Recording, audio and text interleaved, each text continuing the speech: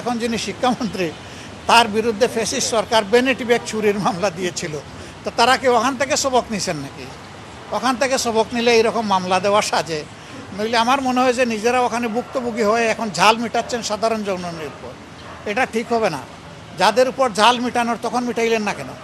এখন সাধারণ জনগণের পরে কেন ঝাল মিটাবেন? এই মামলারও আমরা নিন্দা করি। এটা হওয়া উচিত নয়। দেখা যাবে কি এই ছেলে মায়ের খেয়েছে, চোখ গিয়েছে, তার মামলায় করা আসামি যারা তাদেরকে হয়তো কিছুই করা হবে না, পাল্টা বানাওয়াট মিথ্যা মামলা যেটা দেওয়া হয়েছে ওইটার আসামি যাদেরকে পরিকল্পিতভাবে বানানো হয়েছে অ্যাকশন তাদের উপর শুরু হয়ে যাবে। অপটিক্যাল ব্রাইটেনার, কালার গার্ড এবং জার্ট লক সমৃদ্ধ অ্যাডভান্স ফর্মুলায় এলো নতুন রে ডিটারজেন্ট পাউডার। মনে রাখবেন, কোনো সরকারই শেষ সরকার নয়। তারপরেও কিন্তু সরকার আসবে আর যাবে। অতীত থেকে আমরা যেন শিক্ষা নেই। খুব অতীতে যাওয়ার দরকার নাই। মাত্র 2 মাস আগে গেলে, 2 বছর আগে গেলেই সমাধান হয়ে যাবে। এর আগে যাওয়ার প্রয়োজন নাই।